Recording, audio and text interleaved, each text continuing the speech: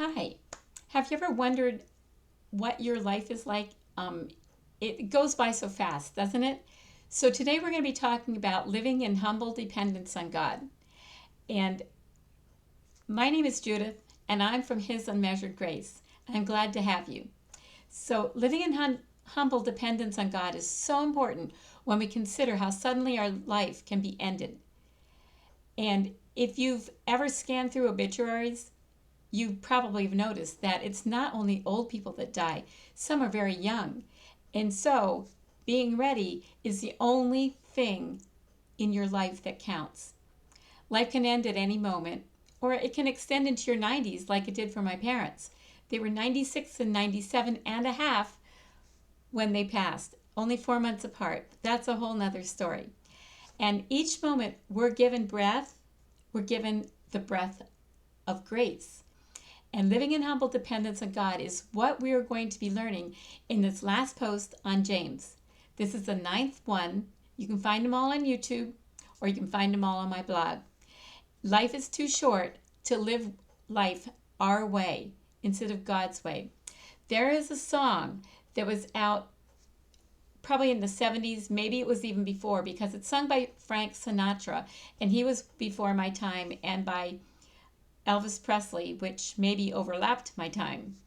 And it's not really the way we should be thinking about life, but I'm going to read a little bit of it to show you how we shouldn't be thinking about our life. And now the end is near, so I face the final curtain.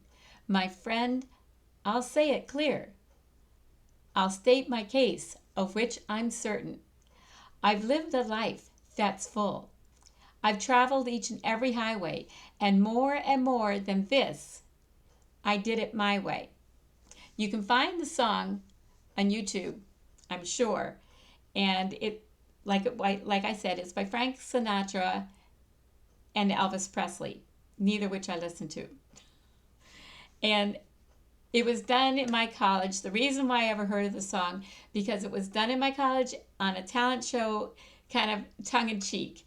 And it was really funny, but it's really not.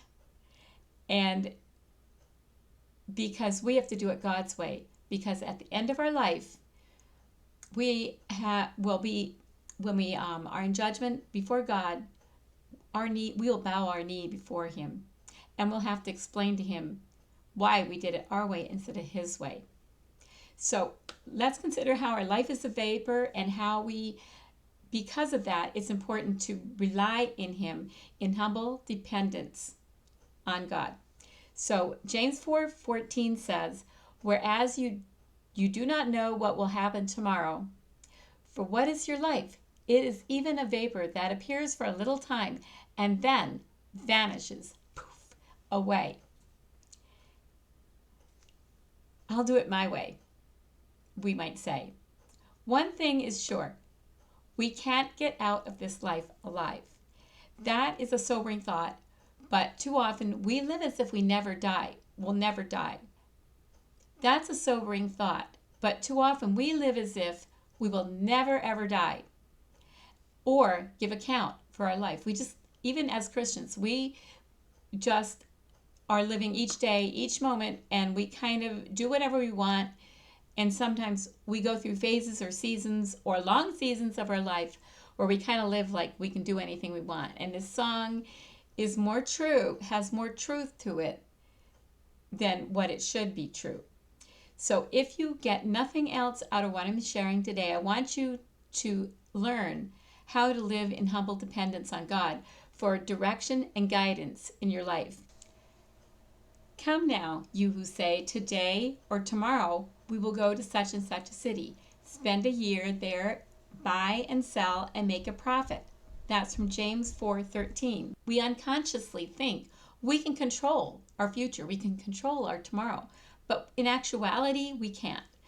Our life may go on uneventfully for some time, and it may seem like we are in control of our life, and then our plans may work out differently than what we ever would have imagined. You might break a bone, and you suddenly can't use your wrist, or can't use your arm, or you can't walk. that can change everything.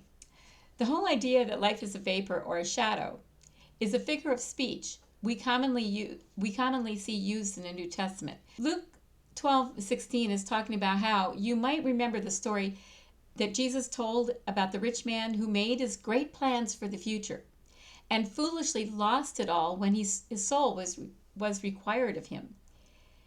So that's why we need to learn to live humbly in humble dependence on God. Otherwise, we'll end up like that rich man who made his plans but never made plans for his soul and never depended on God for his plans. There are two great certainties about things that shall come to pass.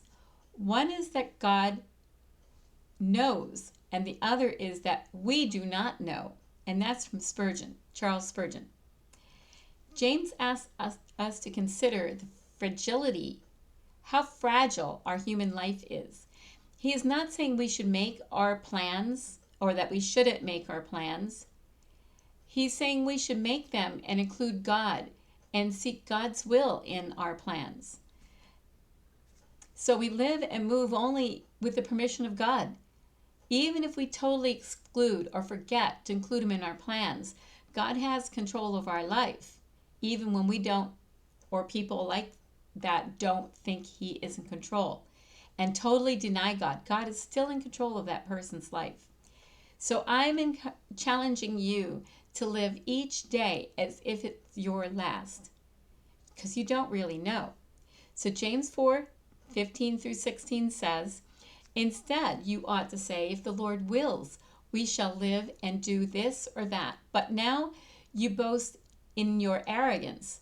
All such boasting is evil. So life is short, and I'm asking you to be intentional about how you live your life. I'm going to change my perspective on my tomorrows, and this starts in my thoughts or my thought process. And I'm constantly telling you that your thoughts have so much to do with your actions, and your thinking has to do with what words you say.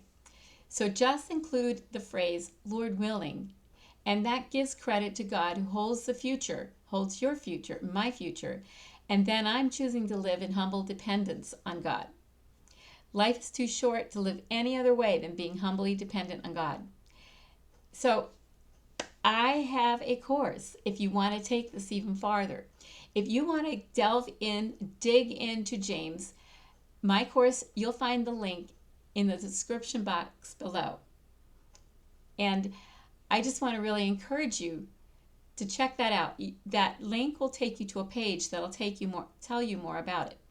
So my course of James, what makes me excited about it is that it's designed to take you close to a month to finish. And that's because so many of you are moms with either littles or in-betweens, busy with teenagers, rushing around, or even once your kids are grown, you fill that time up so quickly with other things.